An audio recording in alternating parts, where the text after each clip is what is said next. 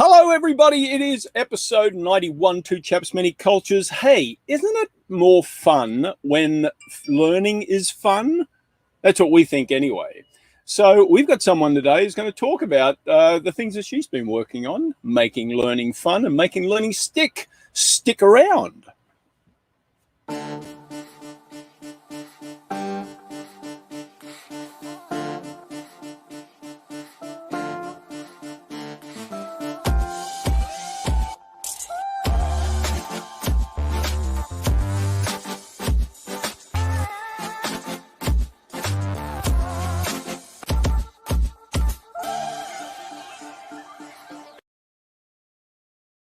Happy days, happy days. I've gone yellow.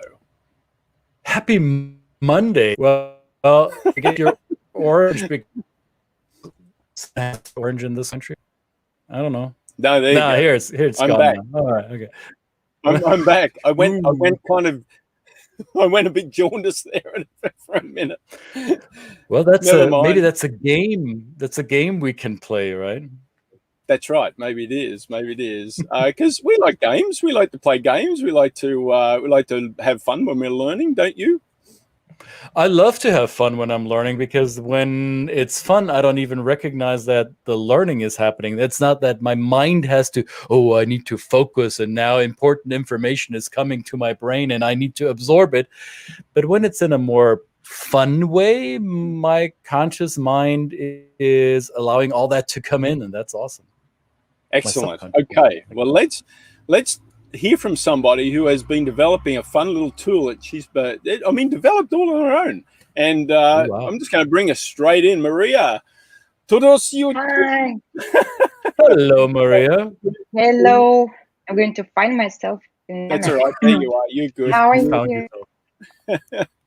I need to find myself too. How are you, Maria? You're coming to us from where tonight? I'm coming from Russia, and it seems like I have an unstable connection. So I'm trying to hear everything very well, but I'm not sure if I can hear you all the words that you pronounce. Let's try. Maybe you can speak slow there to make sure I don't miss any word.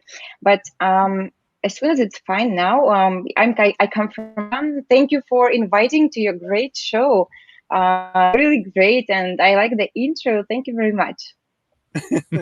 Well, no problem. Yeah. Well, we've in this field, we often come across, we're on many calls nowadays, obviously, and we're always looking for new tools to use with our clients, with the people that we're teaching, and even tools that we like to engage with ourselves when we're learning. And so I guess from our point of view, we've seen Maria around. She's presented at a couple of conferences that we've been attended, and I think everybody has been really engaged and really fascinated with the great things that you've been able to put together, Maria. So I guess tell us in kind of short, as an introduction, what made you start to develop some of these tools for the people you were teaching and our other colleagues in this field? Well, the whole idea of developing intercultural games came to me when I started doing intercultural training more than 10 years ago, and I found out that it's not enough just to deliver some valuable content. So at the very, very beginning, my task was to gather all nice and relevant and really interesting content together in a nice program. It was not enough, finally. So because when you talk to people, when you tell them things that are new to them, they kind of understand it. But when it comes to really practicing it, to really producing, for example, a new communication style, which is different from yours, from the one you got used to, it becomes really difficult. And I decided to develop some tools, some methods and games that would go to practice things that are unusual to someone. So this is just one example of what kind of games I do. Some of the games are for training new skills. Some of the games are for introducing the whole natural science in a short way. And the shortest the shortest way I found to tell about intercultural communications for someone who is hesitant about whether they need to take this course or not is, for example, an intercultural minefield game where players literally go across a minefield and they may step on cultural mine to discover a case or a question they need to answer, solve, and if they succeed, they kind of deactivate this mine, or if they fail, they are blown up by cultural mine, and during the game they can earn money, lose money, they can run into debt, and this by the end of the game they have some money left at hand, and they may feel this correlation between intercultural awareness and actual bottom line of your business. So this is an easy way to introduce how important intercultural is for those who do business internationally. And one of the recent games, the last one, is devoted to diversity and inclusion, another topic that is widely covered now by interculturalists and diversity and inclusion professionals. And this one unites people. It allows to build stronger connections, to get to know people really better than they think they do, even between people who know each other very well. I like the idea of including money or some kind of monetary value in the game, because it ties this cultural intelligence piece to the business relevance. So if you don't have it, you stand to lose money. You stand to lose out in your business. You're not making the deals that you want to make. You're global for a reason. You want to advance your mission, your passion for your product, the service, the widget, whatever it is you're marketing, what you're selling to the global market. You're going global.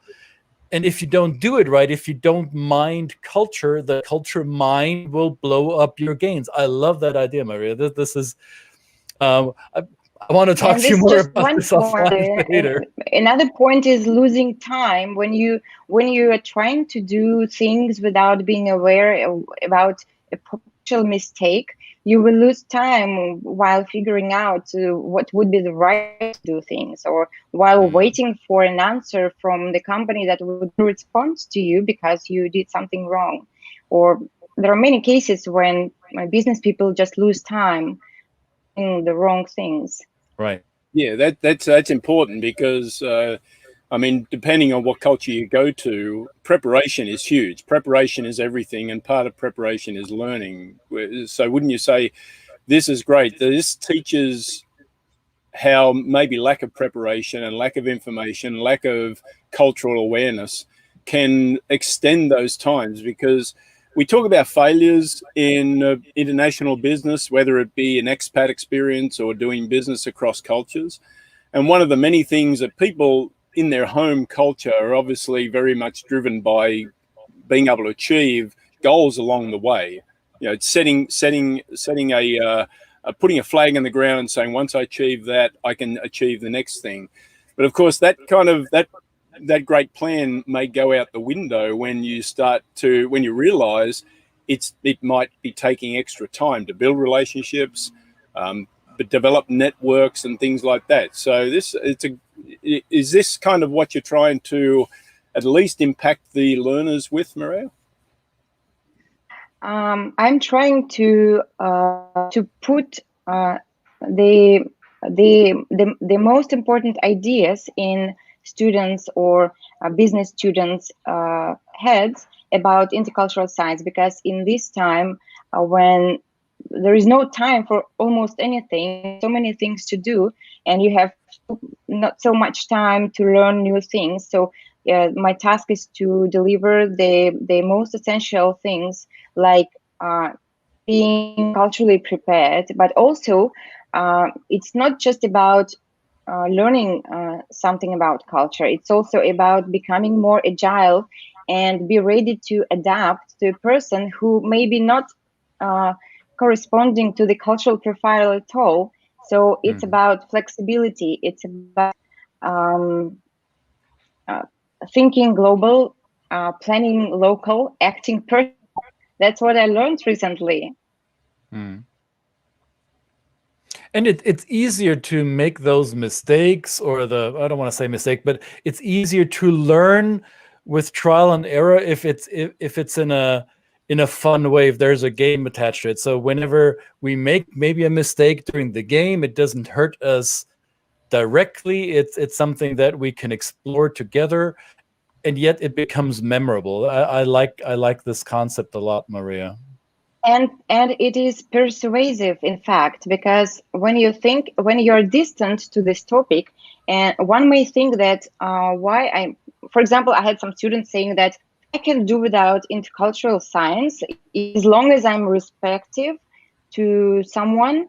I think we'll be fine, but in fact, respect is shown in different ways, and it's also an intercultural issue, just like us. And so games is a fun way, is a very persuasive way to try to see things differently. For example, I use a cultural game which is designed to simulate intercultural negotiations. Two different cultures to negotiate a deal, and they need to one party has to conclude a contract, and the other party has a goal of getting to know the partner better and to find out whether I can trust them. So the goal, friend, this is what usually happens when East and the West meet for negotiation.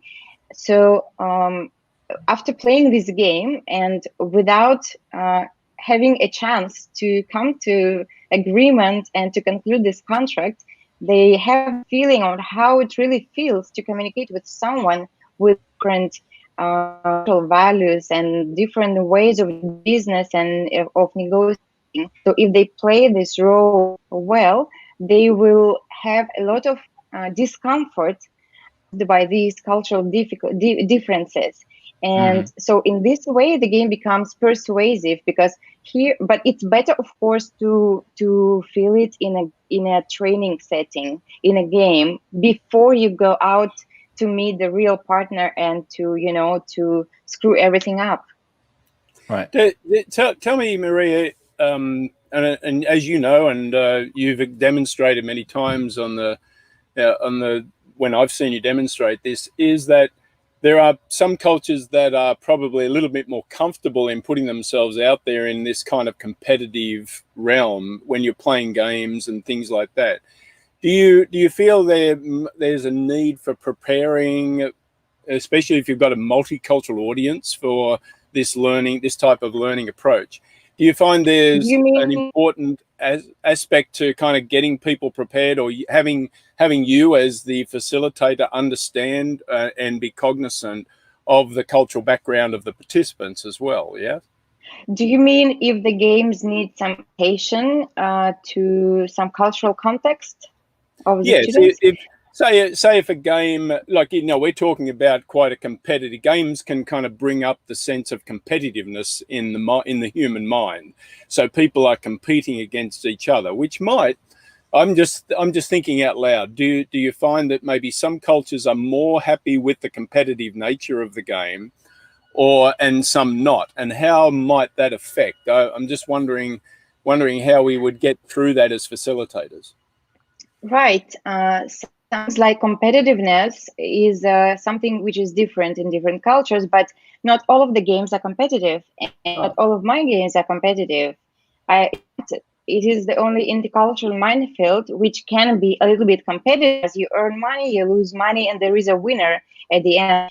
But all the rest are not competitive. They are an engaging way to share and to practice and to learn, and the outcome is just the learning outcome, the possibility to feel something, to experience something without actually losing face because you lost. There is no loser in these games. These games are just for experiencing something.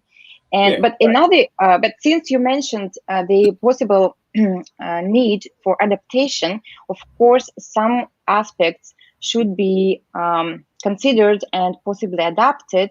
Like, for example, the culture shock game, when I played it in an intercultural audience in Belgium, had a workshop with around 50 participants from all over the world. And a Chinese participant asked me afterwards, after we debriefed, Maria, what do you think we should do now after experiencing this discomfort?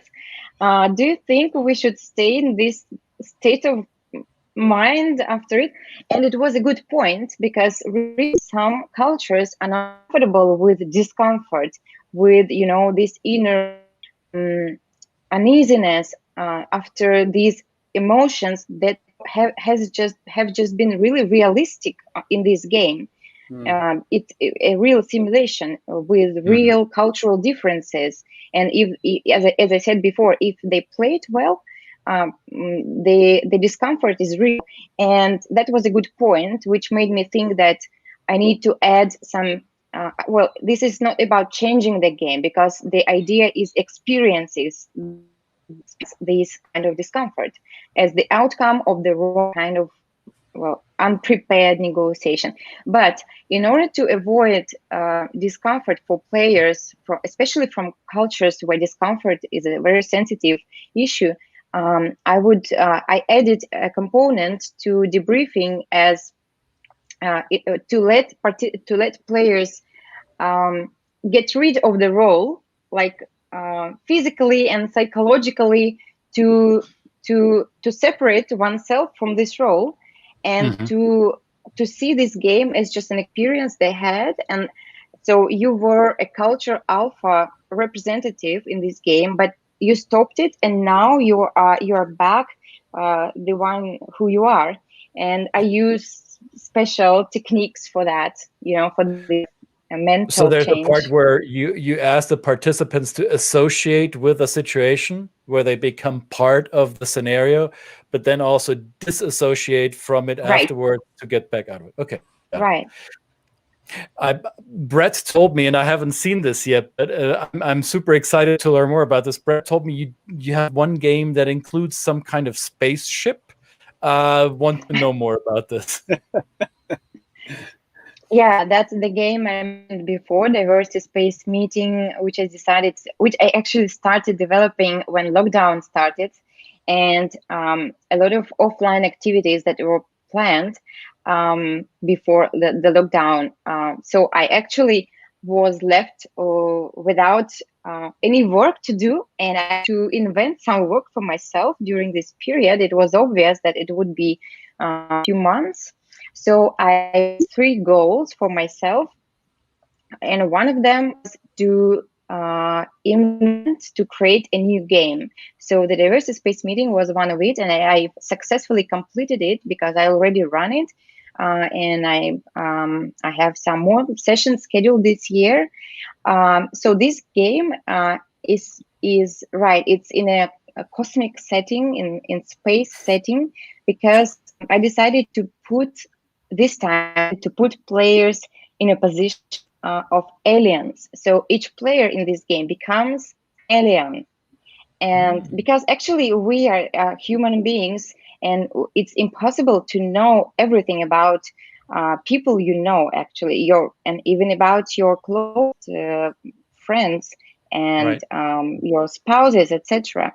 So becoming an alien from fictitious planet allows to open up with the usage via the questions that are incorporated in this game. I tried to use really opening up questions to let participants describe their cultural background, their values, their beliefs, their dislikes or anything in the way that would be safe for them, and actually without speaking about it directly. They're just answering the question in which their values are revealed. For example, I will ask you a question, Brett and Christian. What if you had to live another life in a new culture? What would you choose? Which culture would you choose to live another life? And why? Let's play a little bit. That's interesting. I think it'd be interesting to do something that's really different, like an African culture, like somewhere like Nigeria or Kenya or something like that. Yeah. Okay. Can you explain why you do this destination? Oh, I just think the richness of history. I mean, I come from a culture, from a European colonization standpoint anyway, is quite young. So I think from a historical point of view, and from a just the bedrock of human civilization point of view, I'd like to explore that kind of culture. What about you, Christian? For me, I have to think about this, but what stands out to me is what the culture that I would like to live in again would be Native American. I have this strong interest in pre-European contact cultures in the Americas, and it doesn't have to be North America. It could also be South America. So it could be Cherokee, could be Navajo, but could also be Inca or Mayas. The American cultures before European contact, those are cultures that I would be very interested in to be part of it, because to me it appears to be much more in tune with the creation that we inhabit, with the world. It's more holistic. It's more, at least how I imagine it to be. It's more in touch with the elements. It's more in our hearts and in our bodies than in our minds. Okay, so Brett, what have you just learned about Christian based on what he said? You deep dude, man. That's deep. That's I want to. No, I think that's great. That's a very worthwhile thought process to get in touch with what really were the origins of where we come from. Yes. Christian, what have you learned about Brett based on his reasons? I learned about Brett, or it confirmed what I know about Brett, because he's drawn to deeply rooted cultural experiences that extend longer into the past than that of Australia, which Australia and Canada and the US have this in common, that the dominant culture doesn't have a long history. And there's this, to many people in Australia, there seems to be this desire to be part of something that has very deep roots and that are widely faceted. And I've known this about Brett, but when he said it about African cultures, it confirmed for me that this is something that is of high interest for him. Okay, you can have a chance to live a third thing in Russia. It also has a long history. Absolutely. So we need to pick a third one? Is that the task? Oh, no, it was just, came to my mind. Yeah, out of joke. No, it's one. It's like, that's why I always like to go to Poland.